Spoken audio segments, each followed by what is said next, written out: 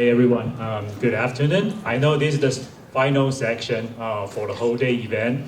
You guys must be tired, right? My name is Terry Yang. I'm currently the Senior Director in Fortinet. My company is doing the cybersecurity. Yeah, so today I would like to share with you guys all the speakers' journey for their career. And also, before that, let me do a quick survey. So here, is there anyone still student? Raise your hand. Okay. Anyone is individual contributor? Raise your hand. Okay. Who are managers or business owners? Okay, cool. So we have a better idea of what information we should share with us, through everybody, okay? Okay, so let me just introduce my speakers.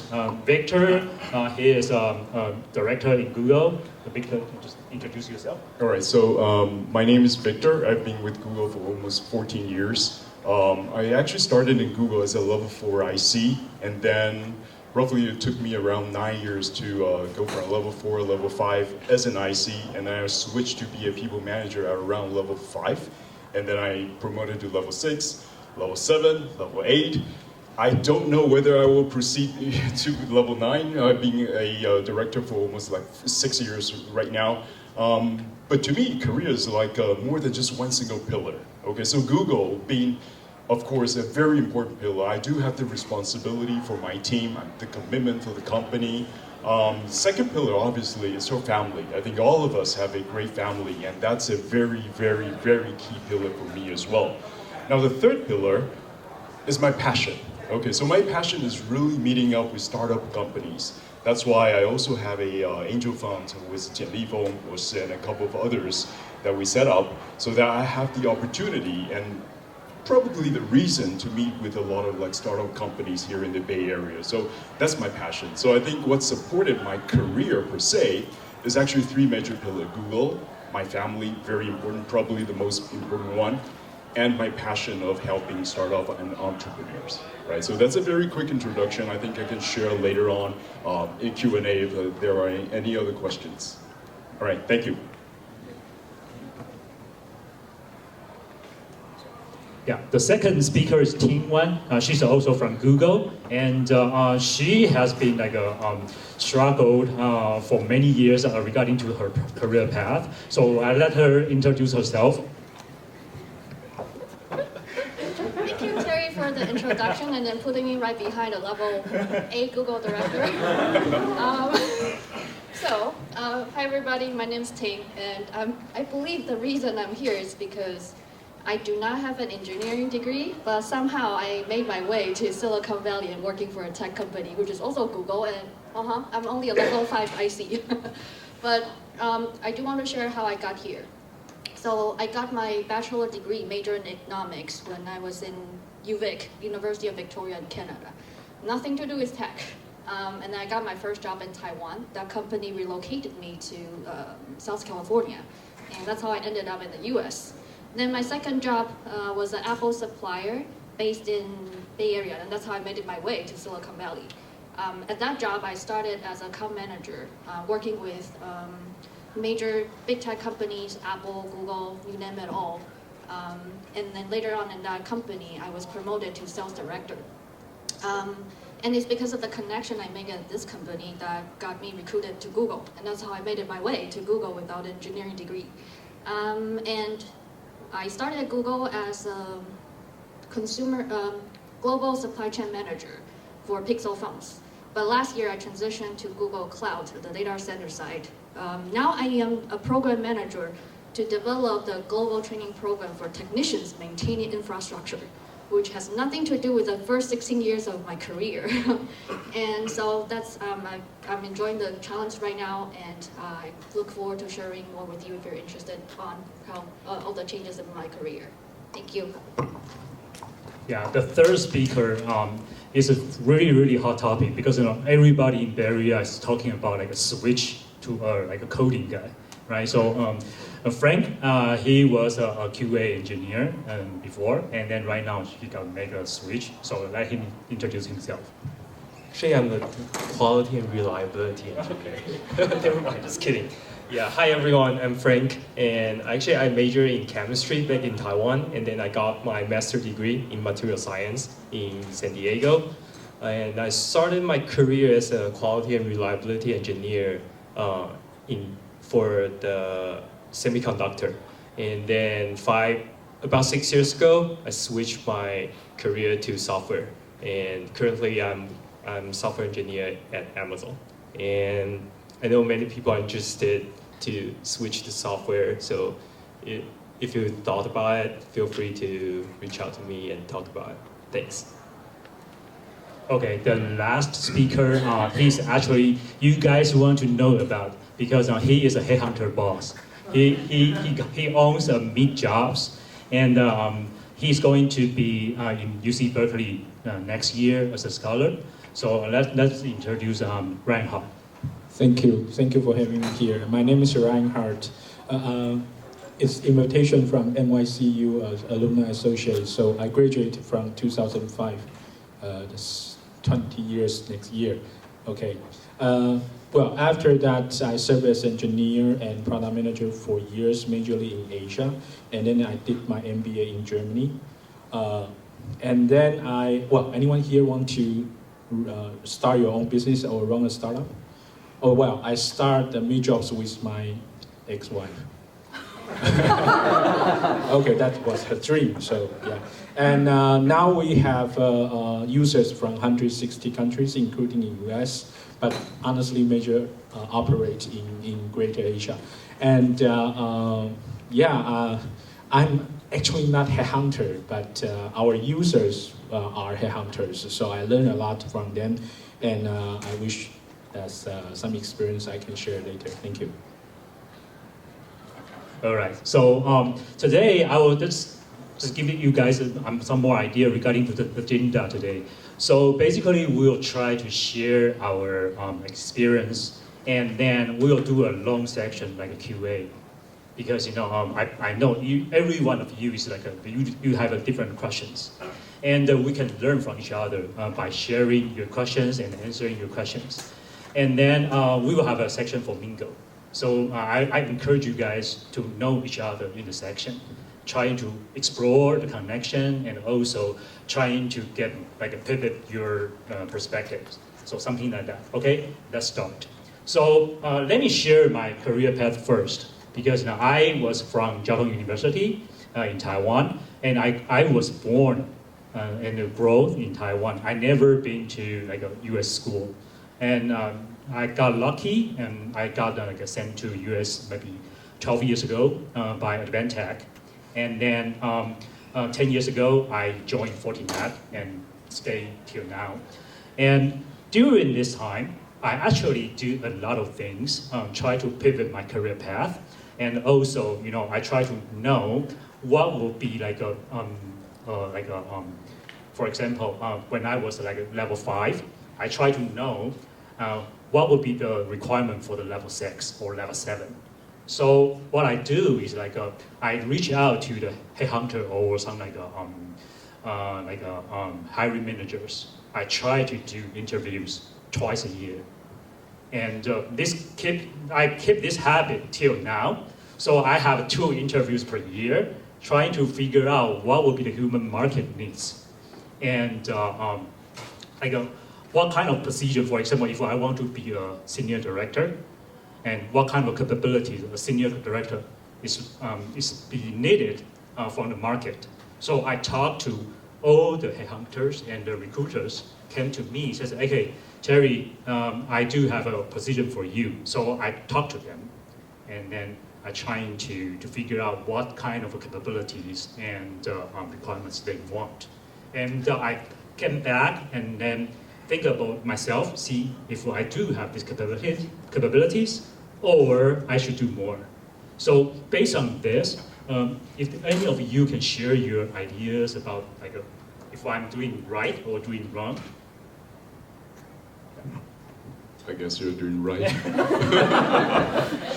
Yes, I think constantly understanding the hiring market is a great thing, especially under the current economy. I think I haven't gone back to update my LinkedIn nor my resume for quite some time, but I think it is always like a great exercise, right? If you want to explore what's out there in the market right now. I think even though there are a lot of people in the market, but there are also equally amount of job opportunities in the market as well. So like today, I think just go ahead and meet with people. I think there's a room behind us that allows you to mingle with people. I think that's a great opportunity to really expand your scope. Now, he's doing it perfectly right. I'm not doing it so though, because I'm sort of climbing the corporate ladder myself. I've been with Google, like I said, almost 14 years. So I think there are some strategies or some best practices, whatever behaviors, or whatever you want to call it, that I would really love to share with some of you. First of all, don't forget your passion, right? Even though, like I said in my opening introduction, Google is my responsibility, my commitment to the company. That is what I've got paid for. So of course you got to do your job right there. But don't forget your passion, right? If you're passionate in AI, if you're passionate in startup companies, that's something that will follow you throughout your entire career per se. That I'm talking about maybe the next 30 years. I don't foresee myself 30 years later when I'm after more than 70 years old still staying at Google, right? So don't forget your career. Now, inside Google, I think they are, it is after all an American company, right? So we as Taiwanese sometimes is a little bit overly too humble at times, which is a great thing, but at certain moments you gotta really raise your hand. So at least walking away from this room today, if you can remember just one thing from me, is raising your hand once. I remember when I was a level 4 and level 5, I actually failed multiple times in my progression in my career. Okay, so I got failed in my promotion multiple times. So I was questioning myself, why did I get my promotion to level 5? I actually failed 2 times from level 4 to level 5. And at the time, my manager told me that people know your work. You did very well know your work, right? But people do not know you, right? I was really shy. I was an introverted person. I don't think that will ever change in my life. So ever since that moment, I told myself one KPI, just one single thing I want to do in my career in Google is raise my hand in every single meeting just once, okay? Or every single training or meeting. So sometimes I just raise my hand and ask questions, right? Like the week after next week, in the week of 23rd, we have in Google something called GBO Leadership Circle. So that's essentially a venue where the global directors or VPs plus fly into Mountain View and have a seminar, a great conference. And typically that's thousands of directors sitting like yourself in the audience. And there are 2 alleyways with microphones set on top, right? And sometimes the CEO pays attention, pays a visit.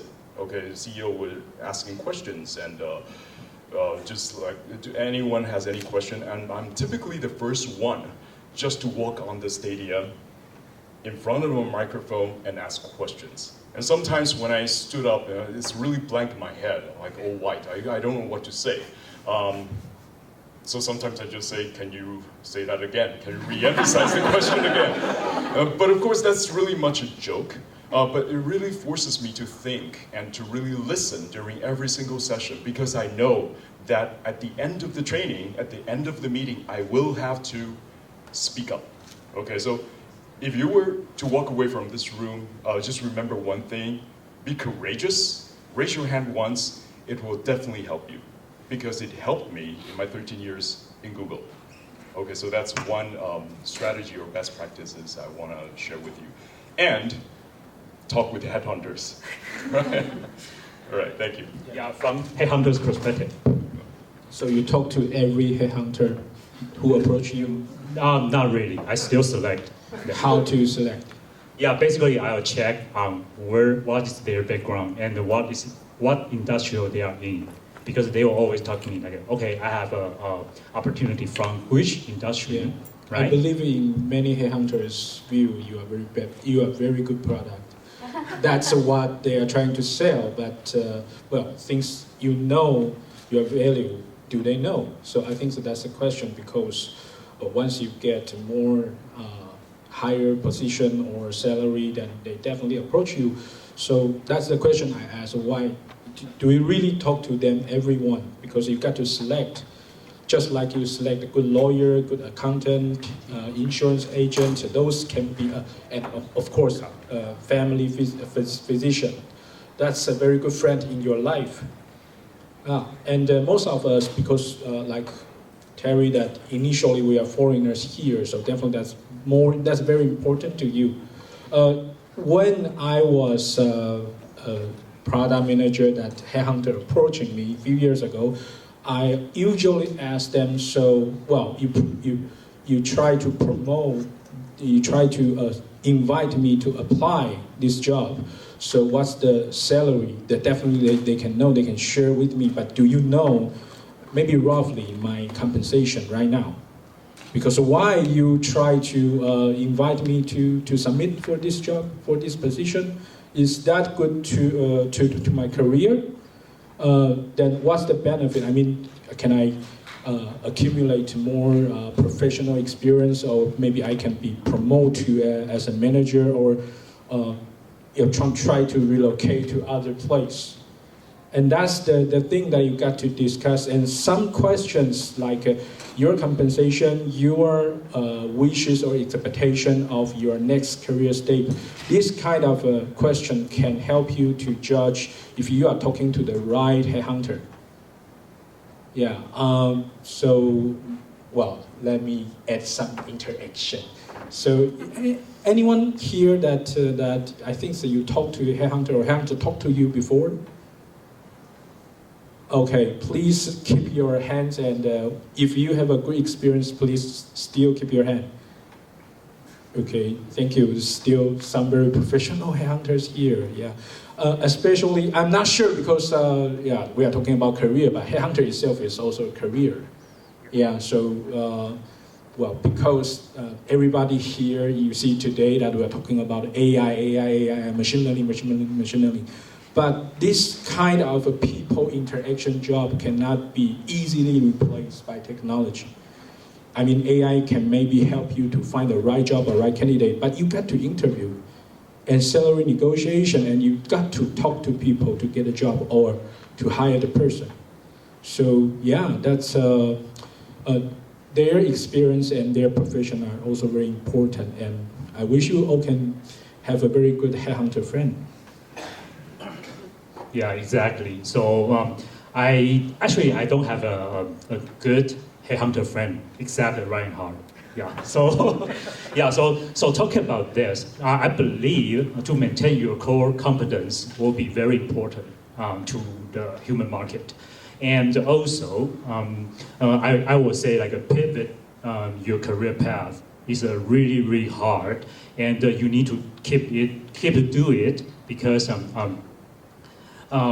doing that is sometimes it's a little, because you need to step out your comfort zone a little bit and then try to find the other way around. So sometimes it's really hard. So the next question is to Ting, because she was sales and then become like a director in the Foxlink, making the cables as a big supplier to the Apple.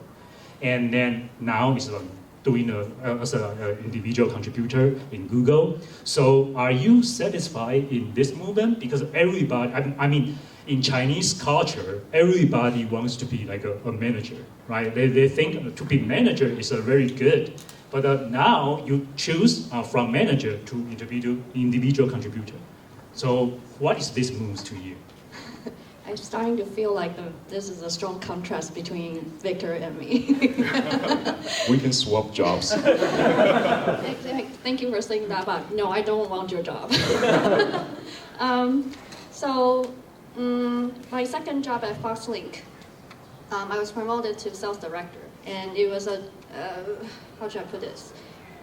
I enjoyed my job at Foxlink because I was really forced to work with Apple, and there were multiple meetings where I have to present in front of the VP of their supply chain, someone who reports to Tim Cook back then. And it really forced me to build up my career, my skill sets of presenting and then talking to executives. And I think that set me up for a very good path in Google. But that job also made me realize I freaking don't want to manage people, and I really don't want to deal with chairman or the executive people in the company because I really don't care about what they care about.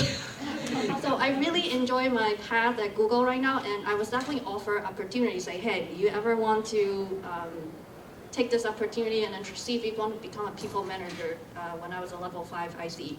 I chose not to because I kind of did that at FastLink, even though FastLink, a Taiwanese company, versus doing a people manager at Google are very different experiences.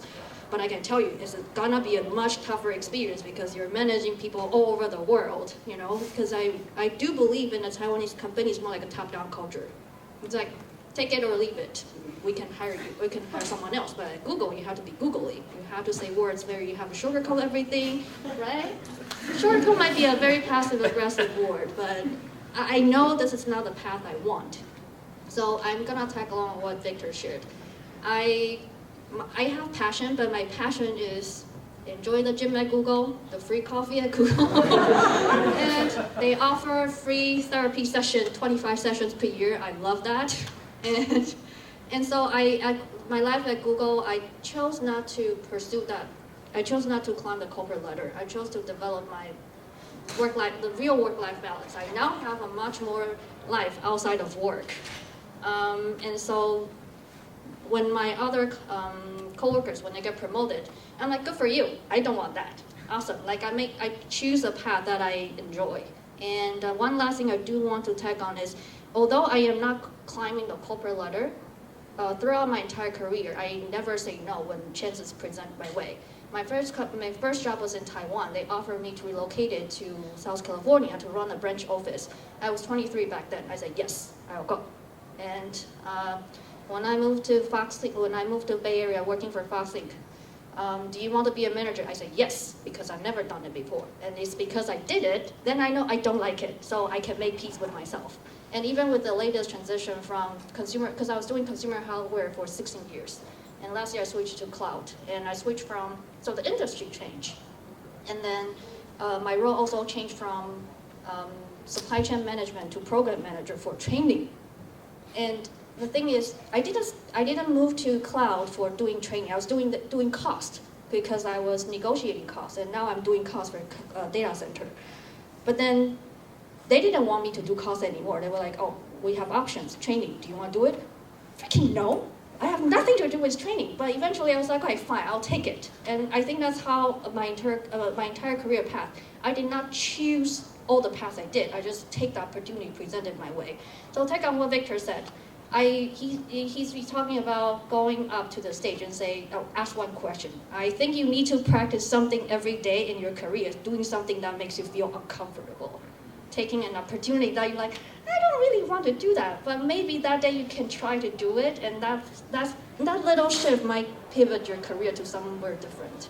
And that's what I would like to share. Thank you.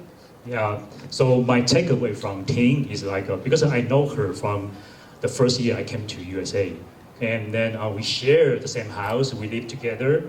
Yeah, that was back to, yeah, it's fine, my wife is here. Yeah, so, My boyfriend. Yeah, and her boyfriend. Okay. Yeah, but you know, so we know each other for a long time, and what I saw her is like, oh, she always trying to step out her comfort zone, and then try to pivot her career path, really hardly, because you know how stressful working with Apple as a vendor, and you need to negotiate the cost with Tim Cook. Oh my God, that is freaking stressful, right? You guys all agree with that.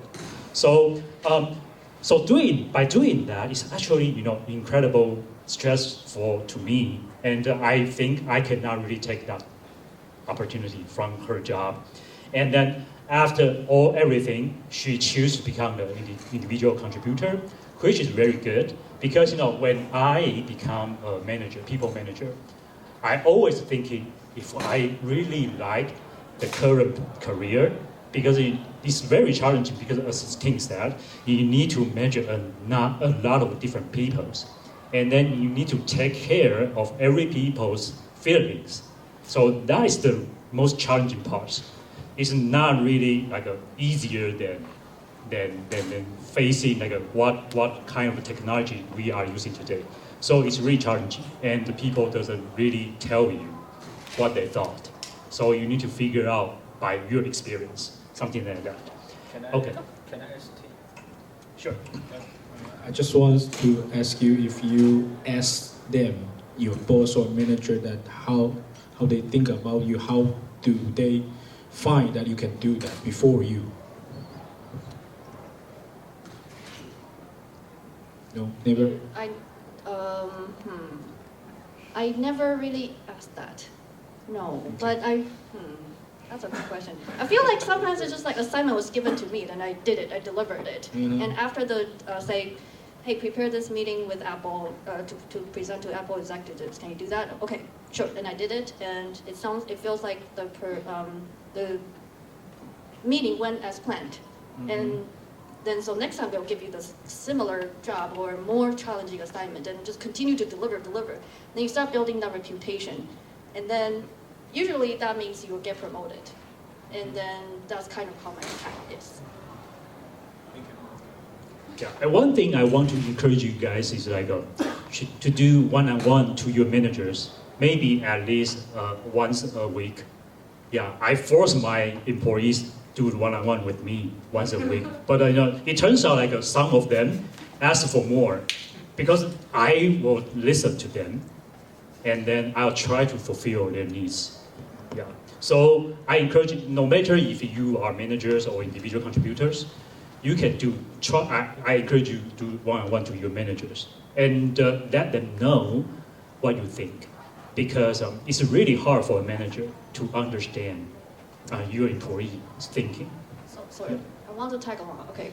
So even though I don't follow up on, hey, how you think I do in my job, but I do try to keep a very close connection with my managers. But mostly it's because I really, I look up to them. I think all my managers have been really awesome expertise in their field. So I would go to them actively asking questions. It's like, how would you present this thing in front of the executives? Then I learn from them. So that's why I think I was able to deliver something they are looking for, that they approve. Yeah, don't be shy. Just ask the question if you do have some doubt or thinkings in your mind. Okay, so next question is for Frank. So as a quality assurance, reliability quality assurance engineer. Yeah, because recently I got a lot of like SC. Do the environmental friendly stuffs. So I do a lot of QA stuffs. So yeah, but I'll go back to your field. So when you do this movement from the QA to like a programmer, so what's your like takeoff, and what's you think like you can combine the experience from your previous job to the current job? Because right now we are thinking like it's more diversified, and if you have like a different field capabilities, that is actually a plus to your job, right? So can you share your thoughts and just give us like takeaways? Yeah, I think so. The first question is like why I want to switch my career, right? Mm-hmm. So I think the first thing is the money. Software industry pays higher. Just kidding. Just kidding. It's not kidding. This is real, right? And I think that also means the higher pay also means there's higher demand for software developers, and that comes with higher compensation, and I think also come with job security. So, and Victor talked about family. Sometimes not about just job security. Sometimes vice versa. That's true. But Victor also talked about family. So my wife, she's in biotech. So, and I asked the question to myself and my wife, do we want to stay here in the US after we graduate from the school? And I think our answer is yes. So we started looking around in the States, like, so there are a couple of biotech hubs in the States, Bay Area, San Diego, Seattle, Boston. And I was in semiconductor industry, and there are a couple of hubs here, Bay Area, Oregon, Arizona, Texas. So the only common place is Bay Area. But if I lost my hardware engineer reliability job here in Bay Area, I may need to move to other hub. But my wife, she would be really hard to get a job in other place, other semiconductor hub. So I think, okay, maybe I can switch to software. Because software basically for all the biotech hub, Seattle, Bay Area, San Diego, Boston, they all have many software opportunities. So I think that's for us as a family, it's a security for us. If we all want to have a job to support our family, it's a better decision for me to switch and higher pay, of course. And the second question is, how do I use my previous experience in my current role? To be honest, not many. But I want to answer this question in a different perspective. If I go back to work as a reliability engineer in software, in semiconductor industry, there are many software skills I can use in that role. Before, I used to analyze tons of data in Excel, and now I feel I can automate all of that, and I can improve my efficiency by like 10x. So I think learning software is like the new skills that everyone should do, no matter which industry you're in. Exactly. Exactly. So, yeah. Okay, yeah, so this really, illustrate a really good movement for the startup. So, because, based on what you said, it's like, okay, knowing program, and then that is a new tool for your original job, right? So I'm thinking like, is there any chance to fill this kind of opportunities, right? So this is a very good movement if you want to like stand out and then try to solve the problems you cannot fix in the beginning, right? So this is the other thinking. If you want to have a new startup solving the problems, and recently we do see a lot of requirement in the field trying to combine different, the technology, domestic, for example, combining the medical staffs to the programming, which I was working with Jiaotong University on that, because right now the Yangming University combined with Jiaotong University, right? So one is very strong in medical, and the other one is very strong in semiconductor and the CS parts.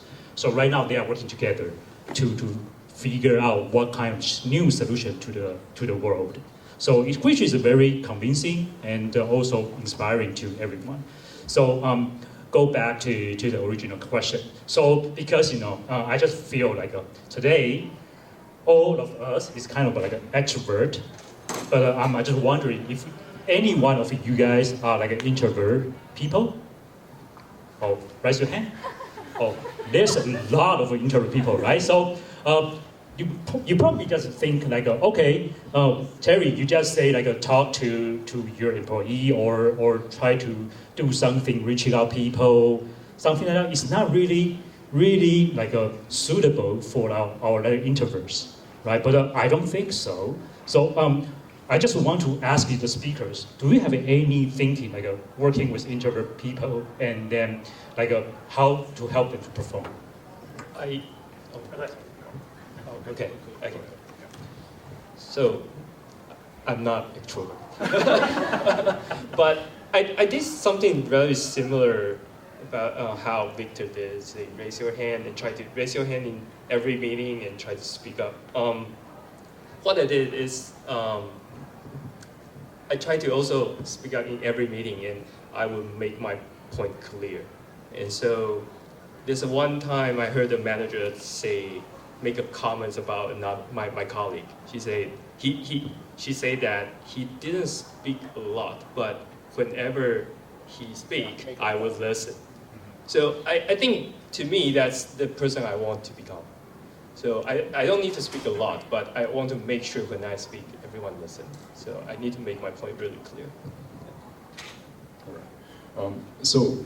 First of all, I'm a 100% introverted person. So before I even came to this session, Taiwan Tech Summit, I actually came at 2 p.m.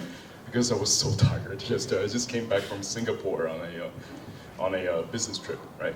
So I think the thing I want to share is this tingling sensation when you feel that you're uncomfortable. I think Ting already mentioned this feeling of uncomfortableness. That's when you will actually grow.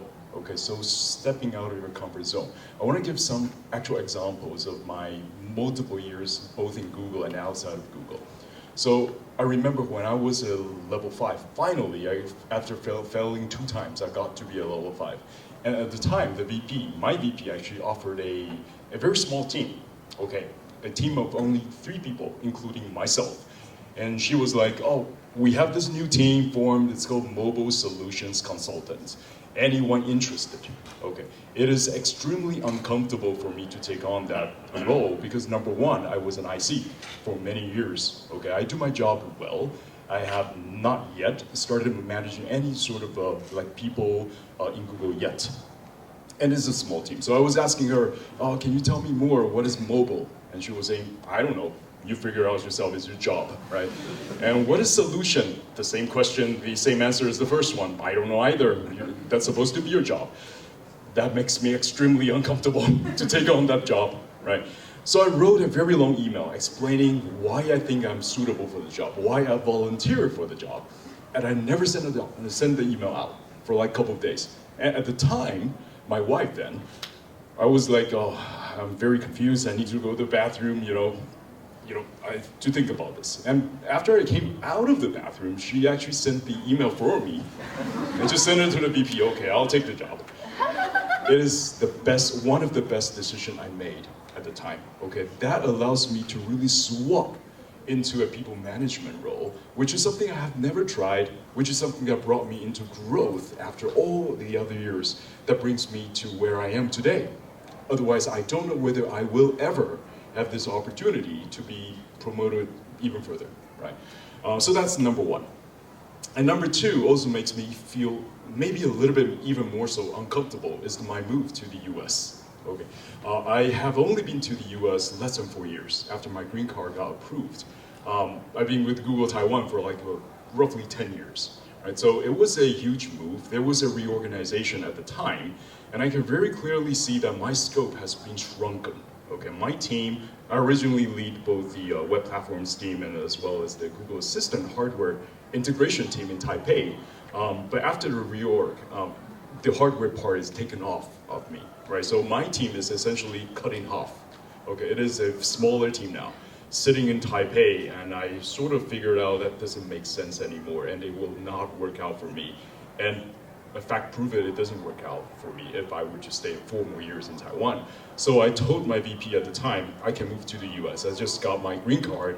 You don't need to do anything for me. I can go there 3 weeks, right? So I brought my 2 kids here, stayed in Airbnb for 3 months, like a second-class citizen in the US with 0 credit score, which is awful in the US. If you got a 0 credit score, you don't have anything. You don't open up a bank account. You don't have like, you don't rent a room or anything. No credit card points. No credit card points. You got nothing. Not even AT&T phone. It's a huge, uncomfortable thing for me, especially I have kids. Right, I need to bring them to the US, totally new environment, no school, nowhere to live, I have no car, I gotta rent for Avis every single month, right?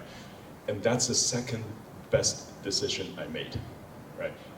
I have a beautiful yard now, my kids are speaking wonderful English, I live happily, and I have a lot of opportunity to larger team now.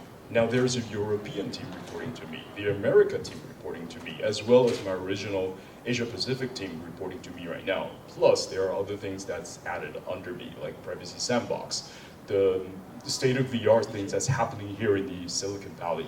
Right, so the TLDR is, if you feel this very tickling sensation of uncomfortableness in you, tell yourself, that's maybe the opportunity for you to grow. Grasp this opportunity, I don't think it will fail you. Just my 2 cents. Thank you. I'll add on something I feel might be more actionable in tomorrow. First, talk to your coworkers that you're an introvert, so they know what to expect. Because I don't necessarily think extroverts are better at communication. Extrovert people are very comfortable talking about how they feel, But talking about how you feel is not necessarily a two-way communication. Okay, so introvert people, because my sister, she's a total introvert, so I did consult with her on how to answer this question. So it's first, you need to set expectations. And actually, whether you're an introvert or extrovert, setting expectations is really a key to reaching to an agreement. So people know what to expect from you. And if someone wants to invite you to a meeting where you have to represent for your team, make sure you ask them for, okay, I'm an introvert. I really need to prepare for this meeting. Please tell me what the agenda is. So they expect how to work with you, and you have your time to prepare for the meeting. And like Victor said, even you want people to listen to you at the meeting, you want to say the right things, you have to be able to know what the right thing to say, and not figuring out that on the spot. I don't think that's possible for introvert people. And so it's important that you can start setting up one-on-one sessions. Do your pre-meeting prep. I find that very helpful. And you kind of align with the stakeholders beforehand. Then on the meeting, you can minimize the surprise. And I think that will also, you will have the tingling feelings, but at least you have a path to know how to manage that. And I think that's something you can try to work on, try to do it, implement next day. I think I can share some tips to deal with the uncomfortable. My son has, how to say, Asperger. It's spoken. So, well, he's not shy anymore because making friends is his habit, is his KPI. He's going to he's actually interested not in making friends, but in numbers. So he's like, hey, Dad, I'm going to share with you that I'm making 10 more friends this week.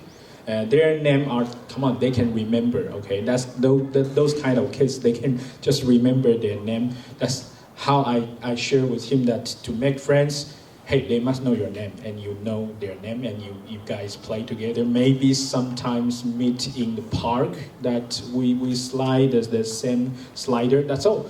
Then they are friends. And as he grow up, I find he's very good in video game. Minecraft and Roblox, and he have more virtual friends online than in real world. And he's really good, like he can make his own video on YouTube. He has his own channel, 8 years old, and sometimes live stream. I gotta stop him.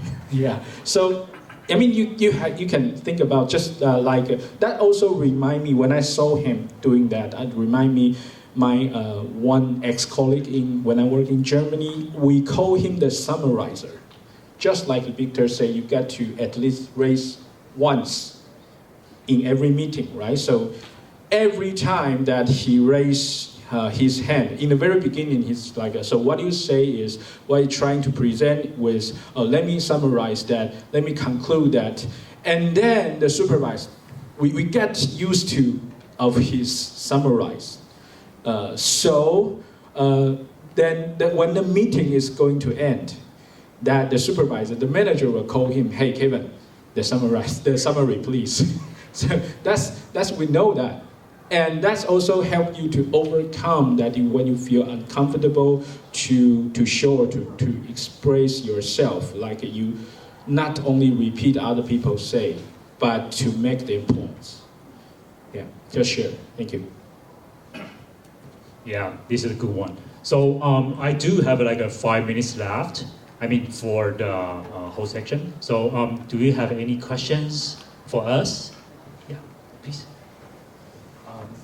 Thank you for all the sharing. Yes, I learned a lot. I'm a second-year student in Berkeley right now. As a graduate student, I'm quite curious that no matter Victor or Ting, you mentioned a lot that step out for the comfort zone. I think that's very important. But how do you quickly to pick up for new things and build the trust for the topic or the industry you are not familiar with? I want to know more about the tips for this. Thank you.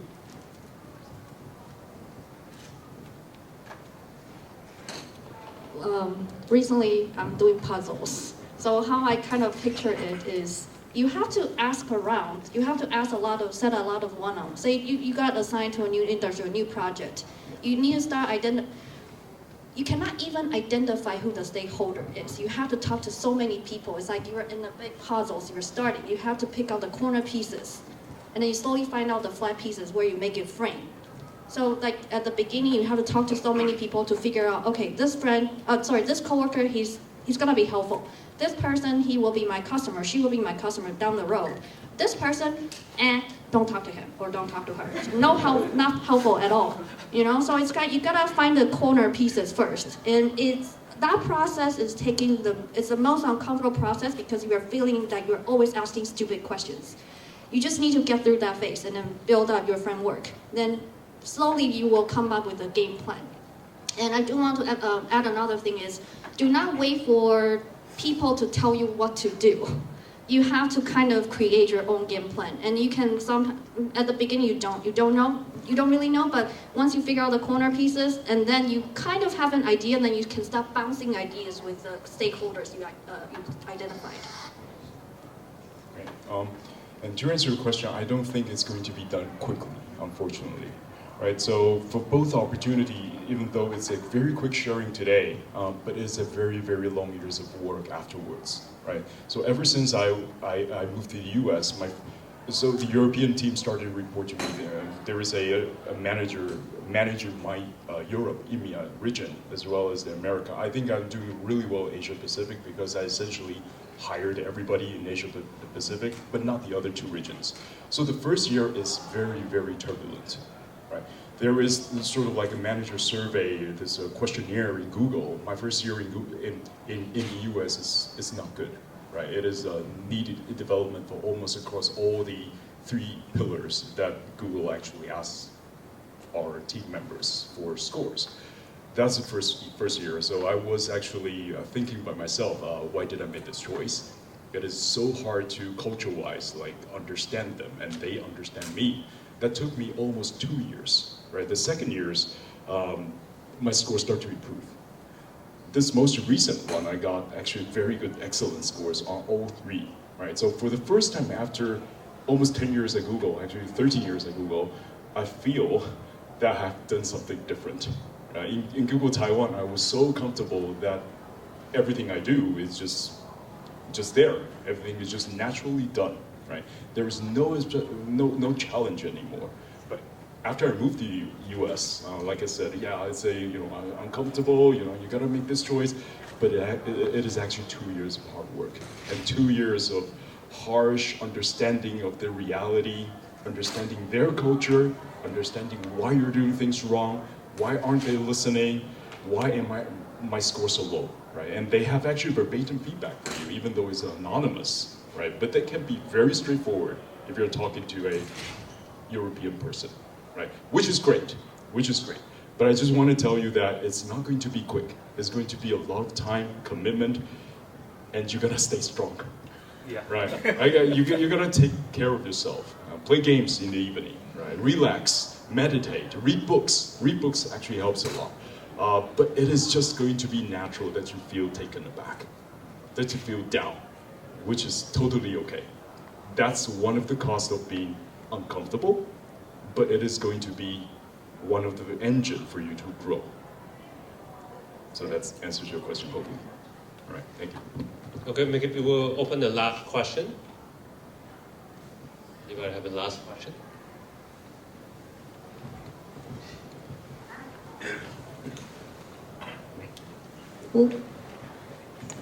Raise hand in a meeting, right? You're taking something away. Yeah, Good. thanks for the opportunity. And I heard that you guys really push your boundaries and get out from the comfort zone.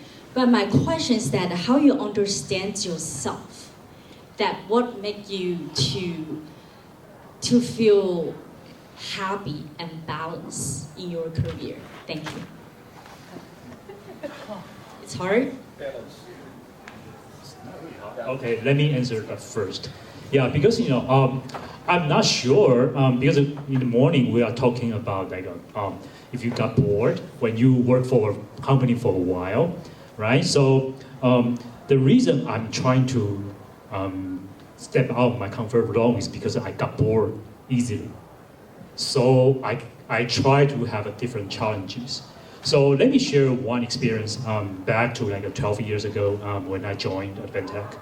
So I still remember at the second day when I'm on board, I got brought to a meeting room.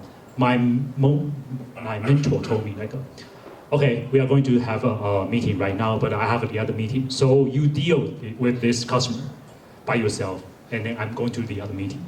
However, that one is, can I say that? Alcatel-Lucent, so which is a European company, and all the participant from customer side is like, they are from French, from Spain, so everybody is talking about like English with accents. And I freaking don't understand what they are talking about. So I was overwhelmed at that time. I just feel like, okay, what should I do? So what did they ask? So how should I answer that? Right? So after everything, so I try to repeat their questions once and once and once. And then I just tell them, because they ask a lot of things I don't know about that, because that's my second day to this company, and I don't know about the product at all. So I just told them like, okay, I'll try to answer your question after this meeting within 2 hours. So after that, I try to collect all the information by my own. I go to engineers asking them, hey, I got a question from customer asking for this. You know what? Because if you guys work with Taiwanese company, you know, sometimes engineers are kind of like they are high stance. So they say, oh, why don't you just try to look at the spec and then try to figure out by yourself? Don't ask dumb questions.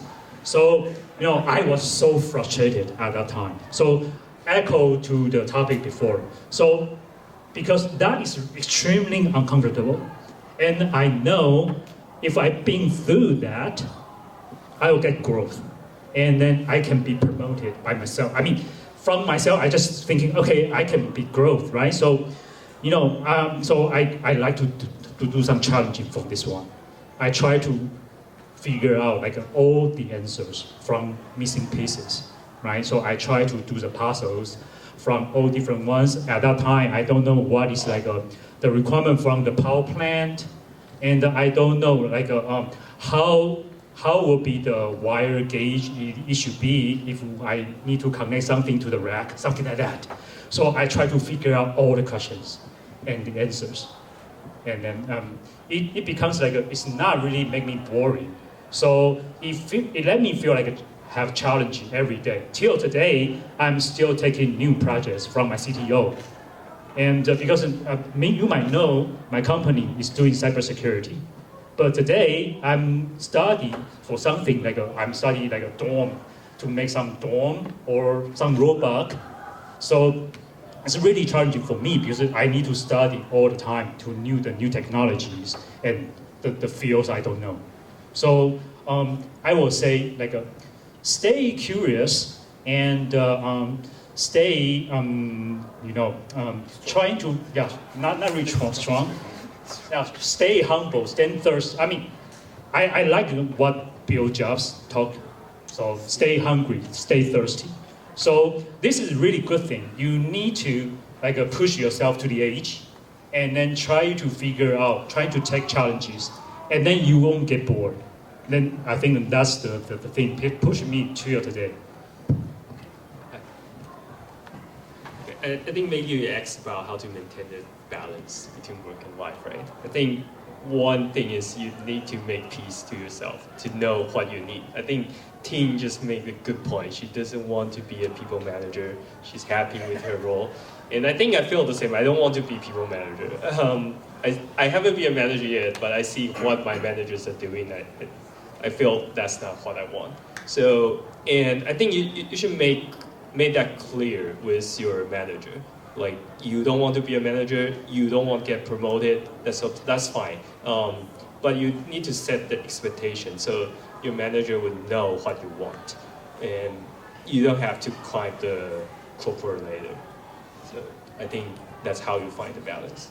I know we're running out of time, but I'm gonna make it short. I think the balance change at different phases of your life. I think in my 20s, I love the exposure. I wanted to be promoted, and it's because I've been through that. So at my 30s, I'm like, I want to travel more. I want to develop myself outside of work, and I never want kids. But now I'm like, well, maybe I think I'm ready for having a kid. You know, so it always changes. And now I think if the company's giving you too much work, that will kind of sacrifice my personal time. I will actually think about it. So I don't think there's a right answer, and I think it changes over time. And so you don't know what is the right balance for you until you go through it. Oh, well, to add some that, I think the family is always very important. Family is a place that always reset you. I mean, I'm running my own business, so like not that recent years, but in the very beginning, it's like in the morning you have the whole world, and just after lunch you lost all. It's just something like that. It happens every day. Okay, so, well, to echo Terry said, is when you get used to it, it means you grow up. And well, when I play with my son or well with my family, then it's just it brings you back like you are a normal person, and you make value not only to your client or investor or employee, but also the most person important to you, and you are so important to them is your family. That's all. Thank you. I think only. Okay.